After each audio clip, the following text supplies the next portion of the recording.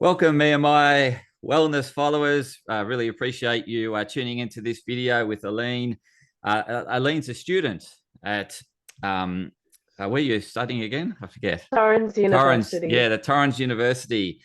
And Aline's going to ask me some questions about my business, about how I started me&my wellness. And I thought I'd share it with you, my followers, as you're probably intrigued about my journey, because you might be contemplating a similar journey into an area that you're very passionate about or inspired and want to grow and really make it your living. So Aline's going to ask me those questions that are probably on your mind. So tune in to Aline's questions. Aline's going to share a little bit more about herself and her passions, and then we'll get into the conversation.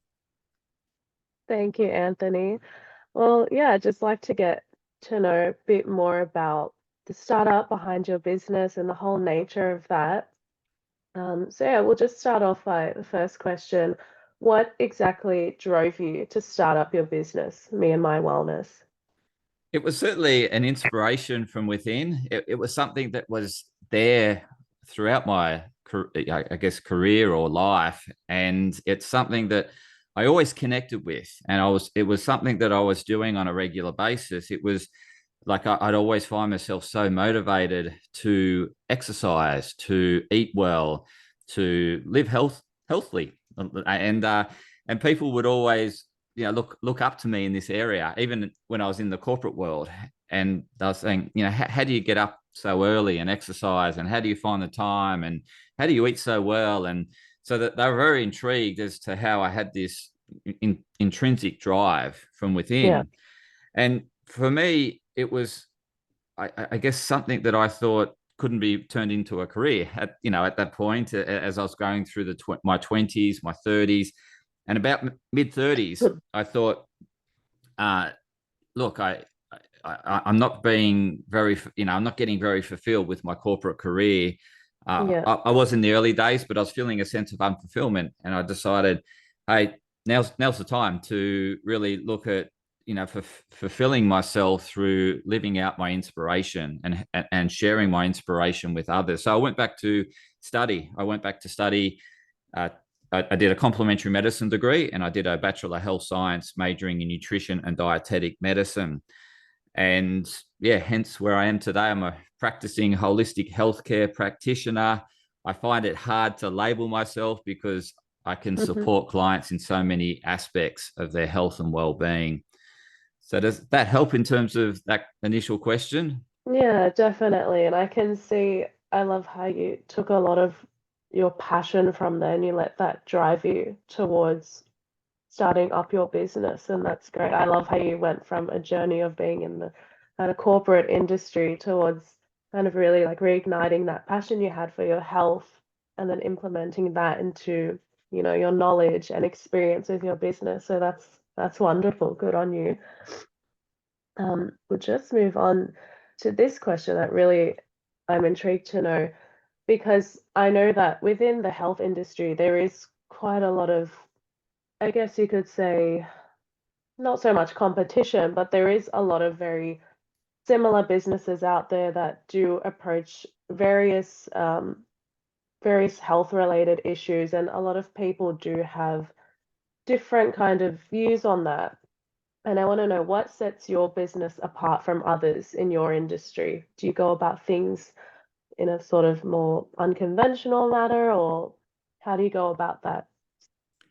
I think my, I guess, quick summary as to how I differentiate myself is that I be me.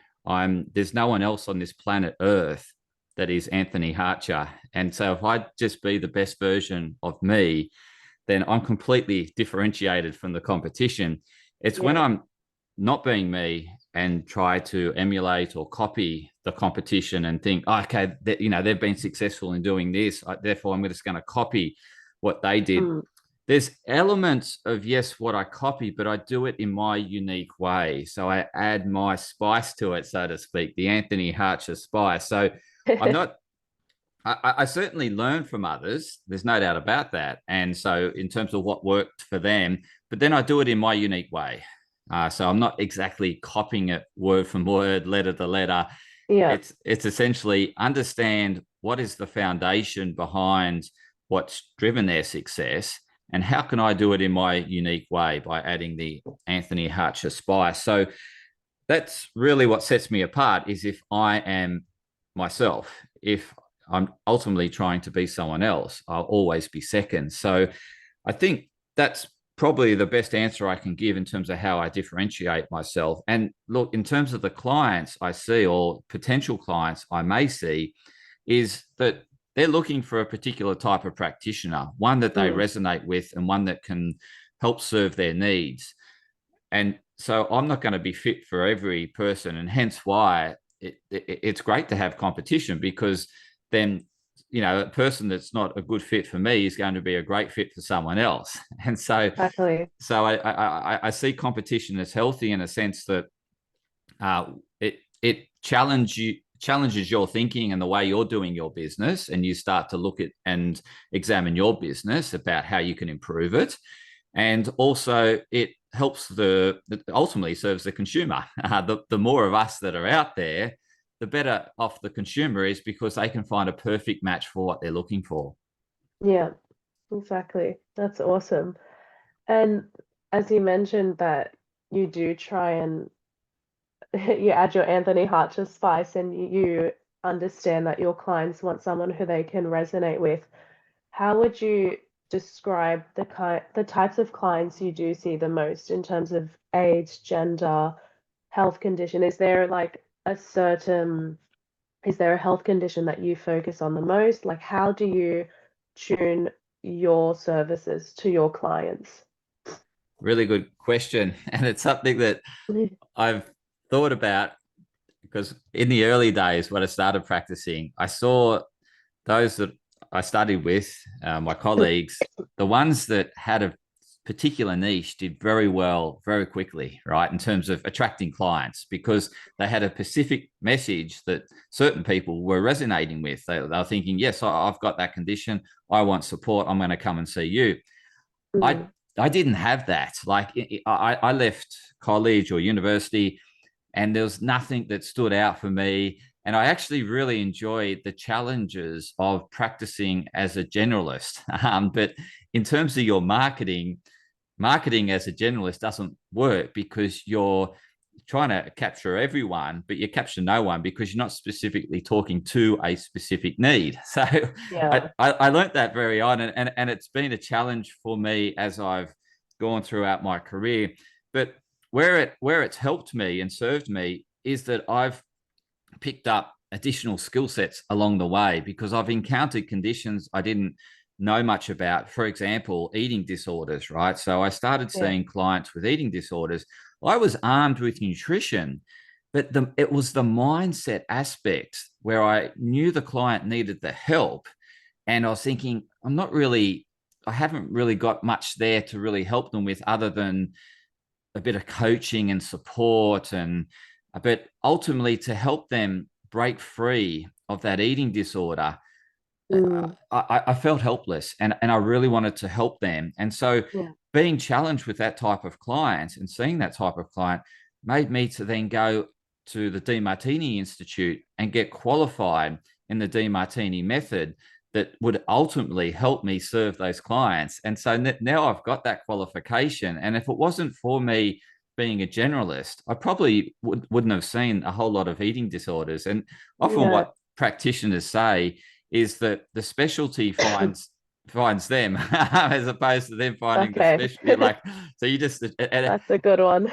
and then I've heard another one, Aline, that was quite interesting, was that if you study in a specific area, like you go and get an additional, like a skill set in that area, those clients will start to come to you. It's incredible. And the more I did webinars around women's health and women's hormones, and Yeah. understanding, because I was challenged with that at university.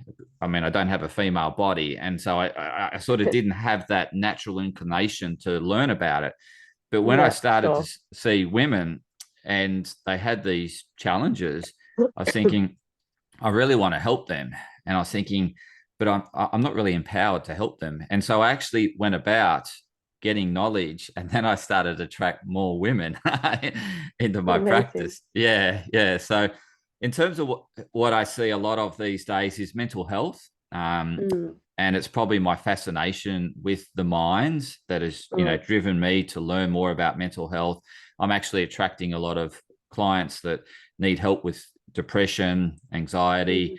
and then I'm also attracting a lot of clients around digestive issues and eating disorders, probably. And in terms of that avatar that you were asking about, it's primarily women. And Okay. I would say the peak of my client base is between 30 and 55 years old with women. Okay. But then I have either side of that as well. Okay. Amazing. I love that you have really taken that time and also like respect to learn more about like female women's health as well, because I think in this day and age it can be a bit of a gray area, because I do feel like I'm sure men and women do suffer with, you know, what may be going on for them. And when it comes to their health, it can be a bit uncomfortable for the opposite sex to seek out health or advice from, for example, like a woman seeking, you know, help from a man regarding her health, because she may feel like, will he ever understand, or how can he relate this to me? But you obviously have taken so much time and education in trying to deepen your understanding there to understand it the best way you can. So, and it's so great to hear that most of your clientele base is women. So you're obviously doing something great there, Anthony. But yeah, that's amazing.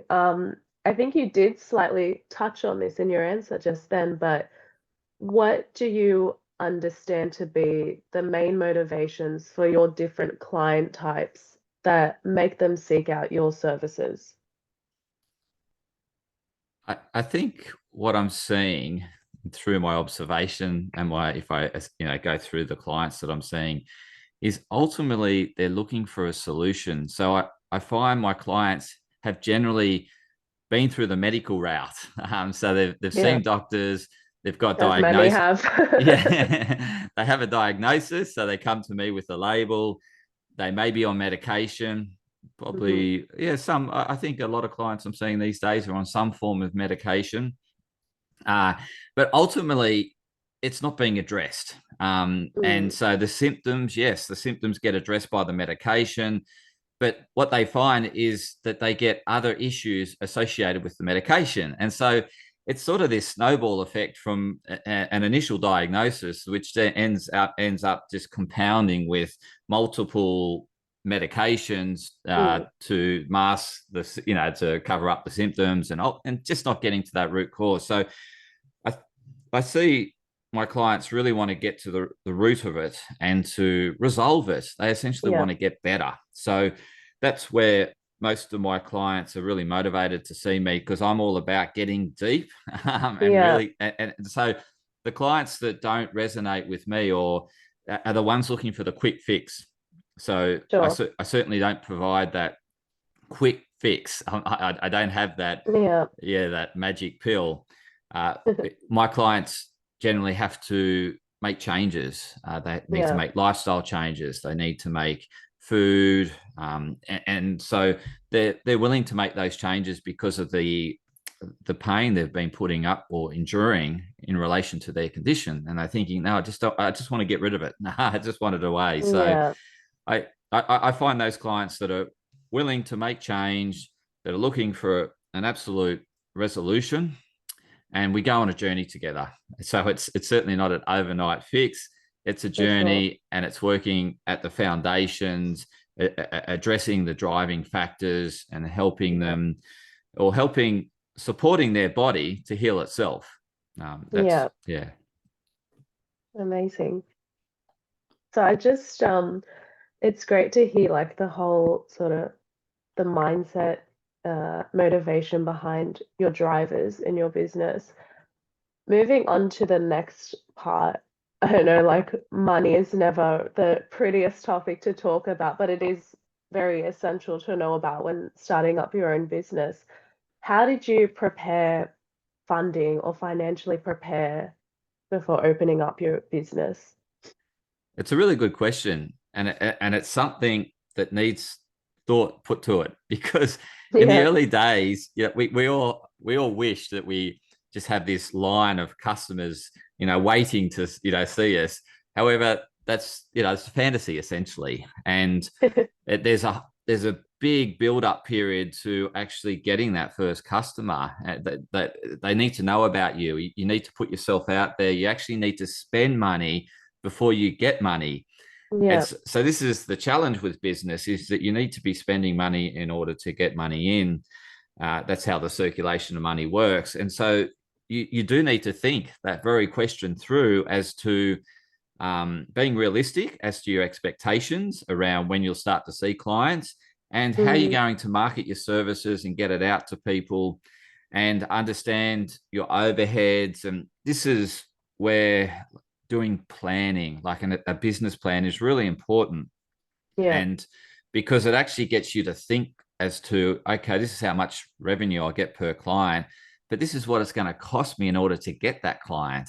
And Yeah. I've heard some rules of thumb. If it's costing you your initial consultation to win that client or to get that client to come and see you, then that's roughly what it is, Yeah. in terms of the amount of cost per client. But in the earlier stages, before you start getting this flow, it costs you more than that initial consultation. So you need to see them more Sure. than once in order to get a return on that investment.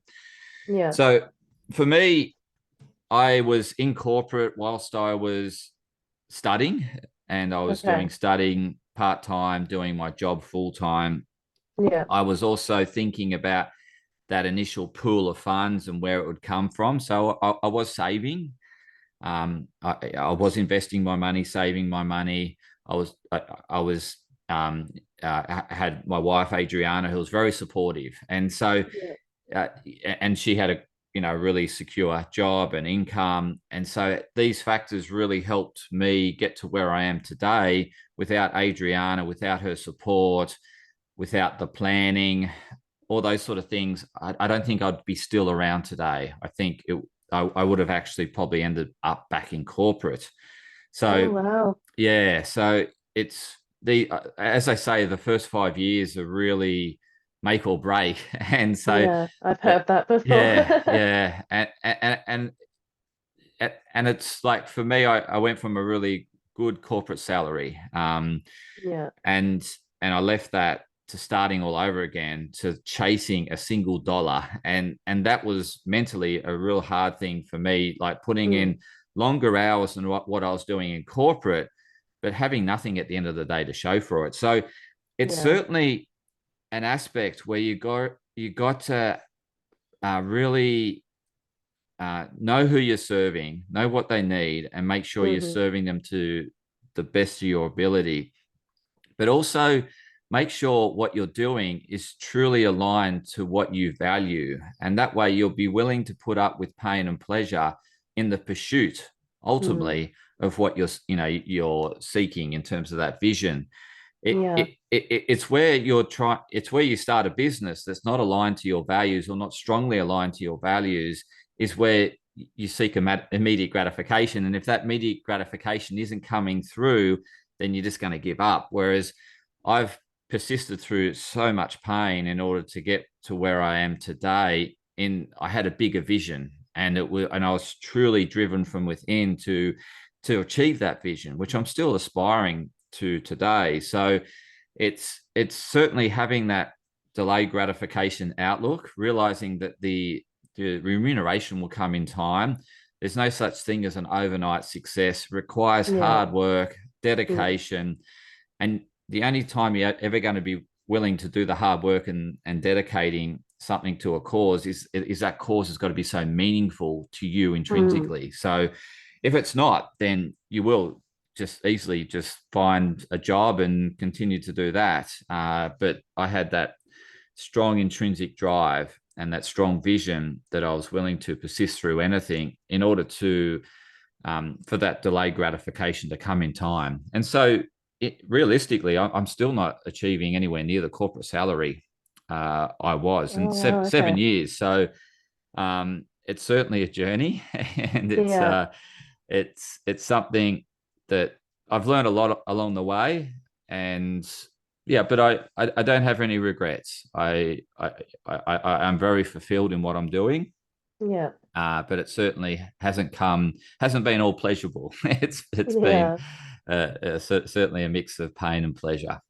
for sure. Well, it's amazing to hear you had such a strong support system from your wife as well, and to know that despite you, I guess, making more in your corporate job, your passion was obviously so much more higher in this field of health and nutrition, and that's what kept you there. So you made some really strong points that, yeah, I'll be taking home from that. So that was great to know. What platforms did you find most successful in marketing your business? My key tip in terms of what I learned was setting up that customer relationship management database from the day one. One thing I Yeah, wasn't great at was I didn't value that, and I actually wasn't doing it. And it was only in time I learned how important that was. So for me, it's finding a good CRM. I use HubSpot. I find it's incredible in terms of what it enables you to do. So yeah, finding a CRM that really is something where you're going to capture lead details and be able yeah, to nurture those leads, because leads don't necessarily turn into clients overnight. yeah. They take nurturing period, and over time, that person will become a client if obviously they believe in you and the service, and they want the service that you're offering.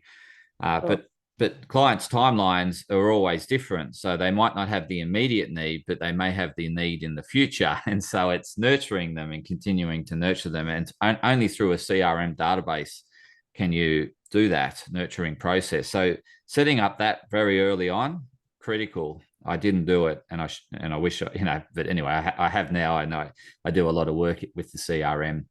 The next one for me would be managing the financials. So finding a software where you can see your cash flow, so see your incomings, outgoings, and be able to plan your cash flow. So I use Zero. It's really helpful, and Okay. it's a bit like HubSpot. It's very cutting edge. So so getting that, yeah, just understanding the financials, because at the end of the day, if you're not aware of your financials, then all of a sudden they'll whack you in the face, and that's when you just think, oh, I don't know if I can endure this for much longer. But if you're planning and really thinking out, okay, it's going to be a few dry months ahead, and like so, in Australia we have that summer period where it's December, January. Pretty much the consumers are only consuming entertainment, travel, and things like healthcare services and all that sort of stuff. They ignore, Yeah, yeah. that's So true. We there's do two, neglect that over the summer a yeah. bit. So you need to factor that into your plan. Is that the December, January are going to be quite dry months in terms of Yeah, income. So again, it's just having these softwares to enable you to think, how can I get through that period? What can I do during or in the lead up to that period to make it not so dry? Can I pivot or something? Can I yeah, offer a different service? And then in terms of like marketing tools, well, CRM's critical as a marketing tool as well. Social media, people mm, are on social media, they consume a lot of social media. So being set up on the platforms where your clients are. So making sure you really spend the time on the platforms where your clients are hanging out. So understanding where your clients are hanging out. If if you like TikTok, but your clients aren't hanging out on TikTok, then TikTok might be a waste of time. Your clients might be mm, hanging out in LinkedIn or Facebook. So it's really important to yeah, understand out where your ideal client is spending their time, and that's where you should spend your time in terms of marketing efforts, and really having an online presence. I think what COVID taught us was that the importance of having an online presence. So investing in an online definitely. presence, whether it be a website or a website, social media, really, really important. So, excuse me, yeah, making sure you have that website or just having an online presence is really important. Yeah, for sure. It's good to obviously use avenues, especially within social media, to target your clientele, especially you've got it, like you were saying before, you've got to really use tools that are going to resonate with them or what they find accessible or like easy to interpret or understand. So it's great to see that you found your foundation where they can really resonate with you there and your work. So that's good to know.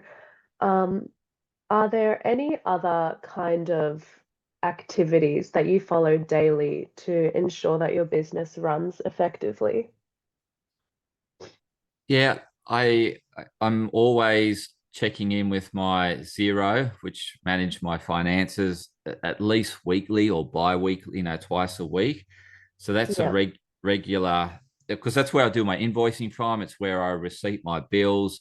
It's where I monitor my cash flow. So that's one tool that I'm constantly spending time on to understand yeah, where my business is at, and also tracking where my clients are at. So I log my tasks that I need to do for my clients in my CRM, and it sends me reminders saying, have you done this for this client? Have you followed up this? So I'm constantly monitoring the activity in my CRM, yeah, which is really important in terms of meeting client commitments and honoring what you said and being, that big part of integrity. So that's probably the two areas that I make sure, there's a strong foundation that I'm constantly spending. The other area is forward planning. So working on the business. So they're obviously two tasks that I do to, in the business, but working on the business so that you can be always making sure you're on track to achieve your vision, your goals. And so mm, I spend time every day looking at the activities I'm doing that are taking me towards my vision. mm, So goals I set this year have been around running group programs, so group education programs, group workshops. So I'm wanting to do more one-to-many activities. So up until this point, so it's 7 years in business, I've been doing lots of predominantly one-on-one, and I've been doing some education events, workshops. And so last year, I really focused on doing more corporate workshops and yeah, education. And so that part of my business is going well. And this year, I'm doing some more group sessions and running more group education awesome. workshops with my clients. So I'm looking at what activity am I doing on a daily basis that is helping that vision come true, helping me get closer towards those goals that I set myself. I have goals around my podcast. I have goals around my YouTube channel. These are all areas that I'm investing time in. I've set up a Patreon platform. So that's Okay. a exclusive, I guess, client exclusive content that I generate specifically for membership and really help them along their journey. So these are for clients that are really wanting to go for they value health. Health is really important, and they're really interested and intrigued in learning more about health and well-being. So I've set up this low entry cost membership that provides terrific value that I support my Patreon clients or my me&my Health Up Club clients on. And yeah, so that's another area I'm constantly producing content for. It's exclusive content. And then I have my more public available content, such as my YouTube and my podcast. So these are all aspects of my businesses, my business, as well as I do the consulting and I help clients one-on-one, but I'm looking to expand my services and really get into one-to-many to really ultimately to serve more clients Mm-hmm. and and to extend my reach in terms of helping those that might not be able to afford a one-on-one consult, but can be Yeah, able to afford a group session. So it's helping me along my vision, which is to enhance and enlighten the well-being of others. And I'm really setting some lofty goals in terms of how many clients I want to serve in the next 5 to 10 years. So it's it's I invest time in areas that are helping me achieve that vision. for sure. And helping them as well. Mm. It's obviously worked in your favor too, having that corporate background and you integrating like I guess your experience and knowledge from there within your health business really. And that's also serving a lot to your clients there with just how you said you've got like these variable kinds of like services for other clients with the workshops or like the one-on-ones, whatever does suit them better. You're offering that them. So that's great. That's so helpful for them. What do you think is the most valuable part of the service you provide your clients in achieving their goals? Because you did mention earlier that, some clients do want a quick fix, and obviously it's way more complex than a lot of people do anticipate. So, what do you find obviously is the most rewarding thing that comes out of that with your clients? It's definitely the client's transformation. So Mm, it's their success, their wins that really inspire me. So seeing them hit their health goals, achieve small wins, really brings a huge amount of inspiration for me to want to serve more clients and to help them along their health journey. yeah, So that's really what inspires me each day. I get up and each day want, ultimately see more and more of my clients achieving their goals. And that's what drives me. So I'm constantly researching as to what other value can I add to that client that's seeing me? What else is cutting edge in terms of research that could potentially help their health journey? And so I'm mm, doing research consistently. And that's the other thing I do consistently is it's constantly researching health conditions. What's the latest? And yeah, you've got to stay up to date yeah, when it comes to health. absolutely. So So many things have changed over time with our understanding of certain diseases and conditions. I mean, even just from like 4 or 5 years ago, now there's just a whole different perspective on it. So, yeah, I think that also ties into why so many people and clients in general are always very conflicted about their health and how to go about it and what management or treatment is going to work for them when they've got a whole bunch of other ideas and resources telling them otherwise. Absolutely, and that's part of the client that comes to see me is the confused client. What do I do? Yeah. Is intermittent fasting for me? Should I be doing keto? What's going to help me? My friend's doing this, and this helped them. Mm, Will it help me? I've tried this. This didn't work. I tried that. It didn't work. And so I think these confused clients are really looking for us for that guidance. And so mm. I do get those clients that have been on their own path to looking up Dr. Google and maybe Chat Dr. GPT Google. now, and found that it's provided some help, but it's ultimately they're a bit confused because they're starting to see conflicting information, and that conflict is putting doubt in their mind, and so then they Yeah, seek an expert to provide clarity. for sure. And I know that you touched base a little bit earlier on the challenges you had owning a business, and it's now been 7 years since you've gone on from this. And you did mention to me earlier that you don't feel like you've actually reached that point where you feel completely satisfied with what you've achieved there. What have been some of your biggest learning lessons in running a business?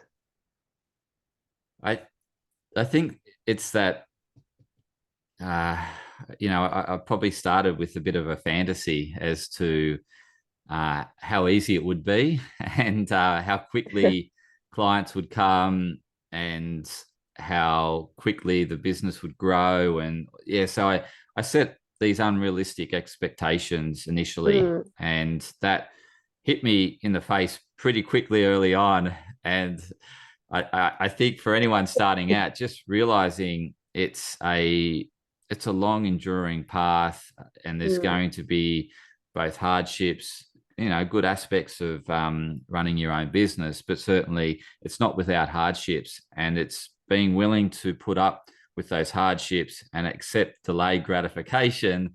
And yeah, so I think that's probably my biggest learning is that just those unrealistic expectations that I had about myself and my business. And it was probably a bit of ego and, that, Yeah. yeah, a bit of pride that got in the way in the early stages. But yeah, certainly I learnt through the universe taught me some lessons, As and it always does. yeah, it does absolutely. So hence where I am today, and but it served me. So those lessons have served me really well. As I said, I've then expanded my education as a result of being challenged.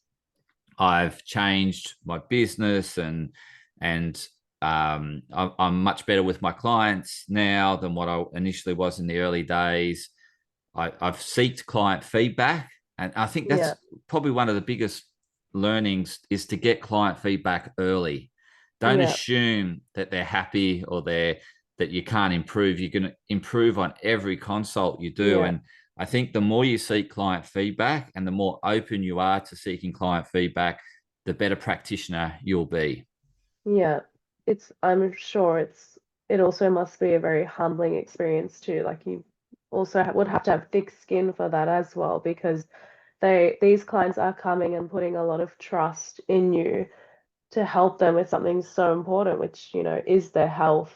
So, I guess that's a big responsibility on you yourself as a practitioner. So it's obviously inevitable that you're going to like tick each and every one of their concerns. So it's great that you're also very self-aware of that aspect too, and knowing that they're not going to be completely satisfied with your services, and how to you getting their feedback is going to teach you how to better yourself in a certain area that may not necessarily be your strong point. So yeah, very helpful.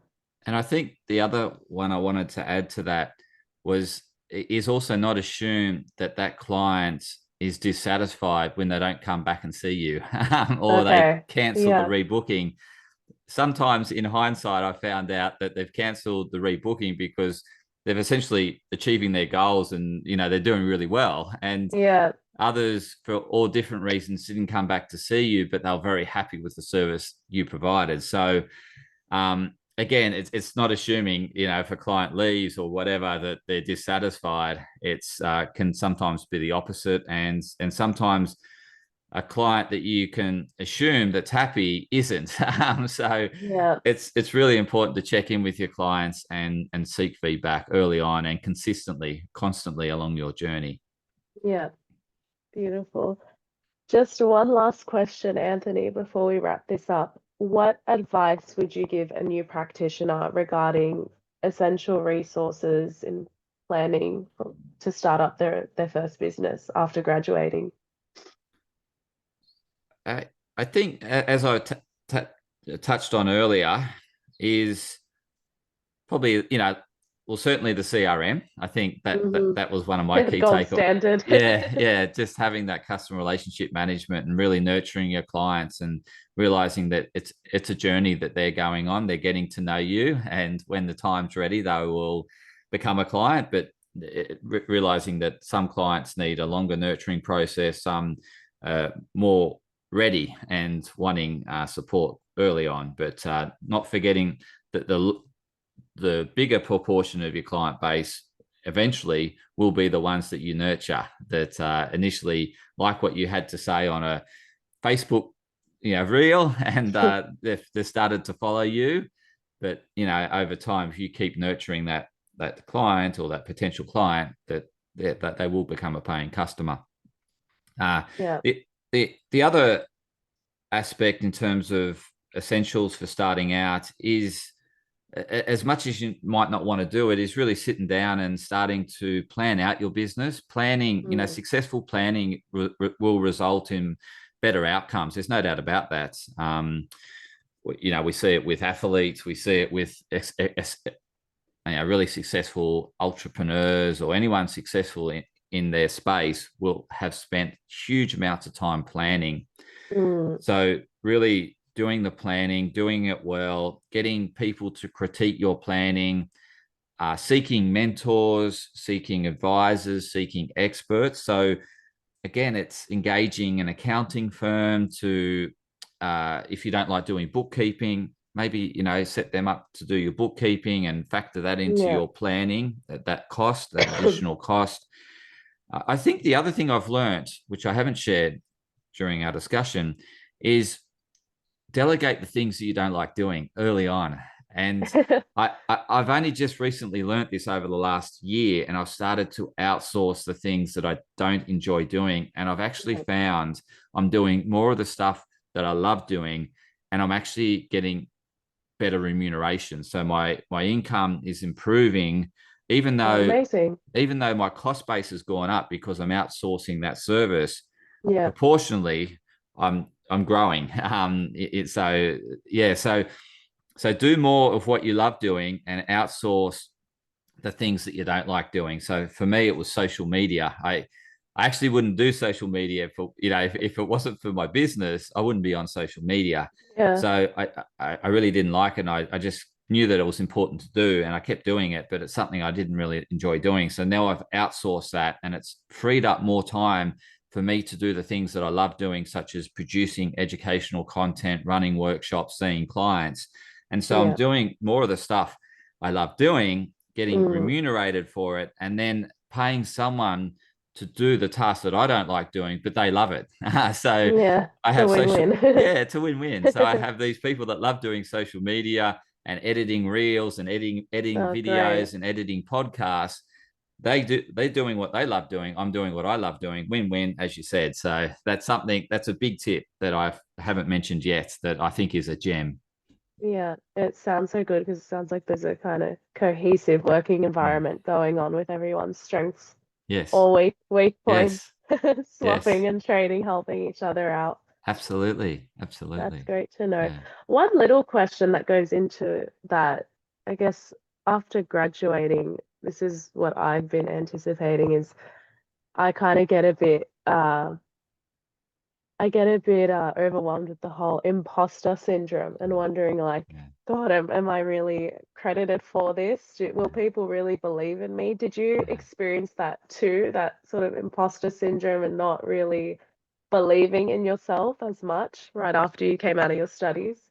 100%. So initially, I had no confidence to go out and share my knowledge publicly. I thought, Yeah. who would want to listen to me?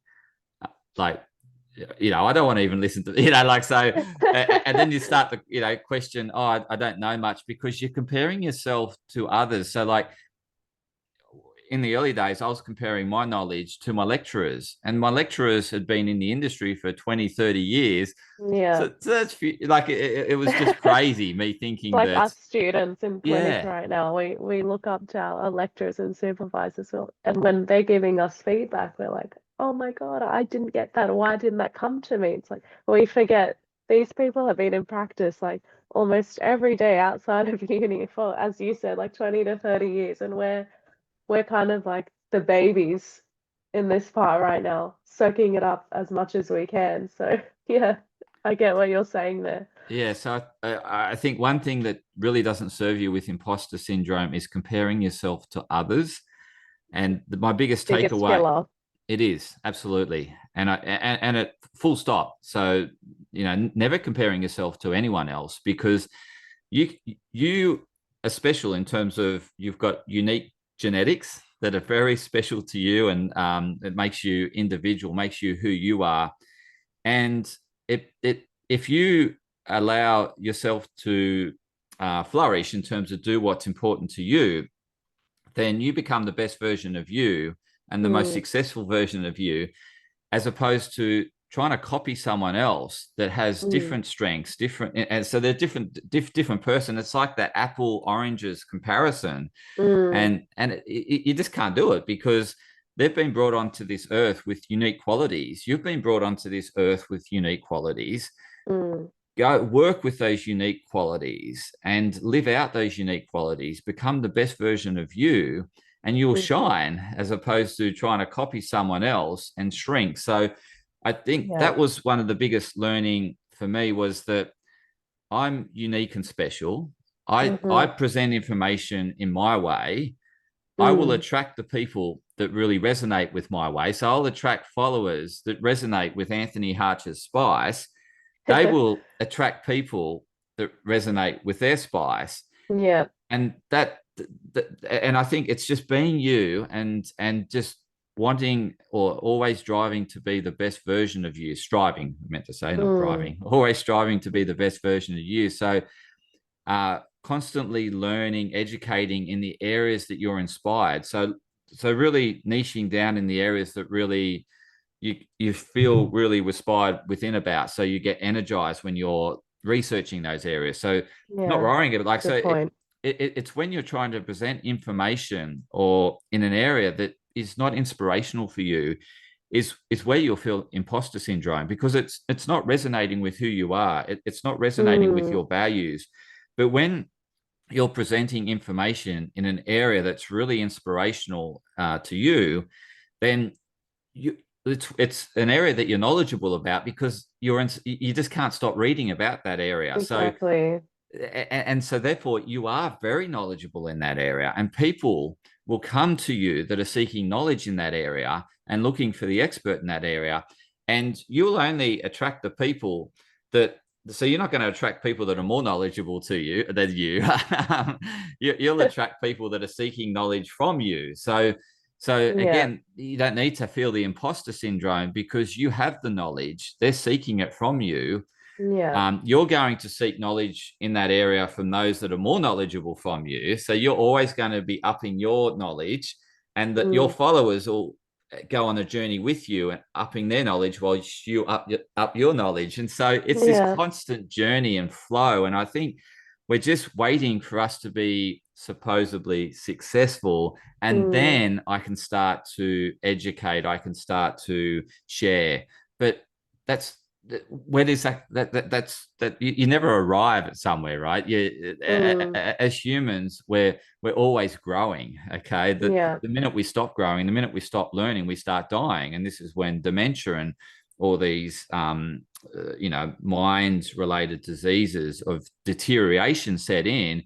It's because we stopped expanding our minds. So the more we can expand our mind in the areas that inspire us, we reduce the risk of dementia and For Alzheimer's, sure. Mm. because our mind's constantly growing. It's constantly developing new neural pathways. It's not Mm. pruning and cutting back and becoming, I guess, unneeded, or an unwanted resource. Because so you will stay thriving and a much needed resource in this universe the more you're growing yourself and the more you're seeking knowledge. And so these followers will, that they you may take them to where they want to get to, they'll drop off, but then you'll attract a new follower that's resonating with that next level of knowledge that you've required. So I've Yeah. always found I've attracted clients that were ready for the information I've just learned. And so Mm. I've just constantly investing time in terms of learning knowledge in the areas that I value and the areas that are inspirational for me. And I keep attracting those clients that want to know that knowledge. And so Mm. you're not going to attract people that already have more knowledge to you to Yeah. seek knowledge from you, right? You're going to seek knowledge from them. And so it's Exactly.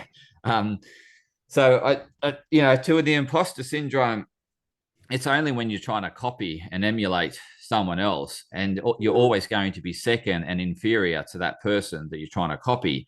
But if you Yeah. just try to be strive to be the best version of you and focus on the areas that inspire you, you will always be seeking knowledge in that space. You'll always have a level of knowledge that is greater than those that are seeking knowledge from you. So yeah, so just go out there and continue to learn in the areas that you get inspired by and enthused by, and you'll constantly grow, and then you'll attract those that are wanting to learn that knowledge from you. And Mm. you'll and that's the constant and never ending evolving process, human Yeah. evolution. Yeah, definitely. Yeah. That's a great standpoint. It's given me way more perspective there because I feel like that's been one of the very key issues that I've struggled with towards the end of my studies. But hearing your take on it and from others in that regard really, like I said, just gives me more perspective, makes me feel more confident about the doubts that I do have. Um So yeah, thank you so much for sharing all of that information, Anthony. It's been great talking to you. I've gotten so much out of this. And yeah, I look forward to speaking with you again in any kind of nutrition or business related questions. But thank you so much for your time today. I really do appreciate it. Oh, you're welcome, and I really appreciate the questions. They were very insightful, well thought of, thought out, and yeah, you planned well for this interview. So Thank thanks for you. being such a great interviewer. I appreciate it. Thank you, Anthony. Likewise. Thank you. Bye. See you.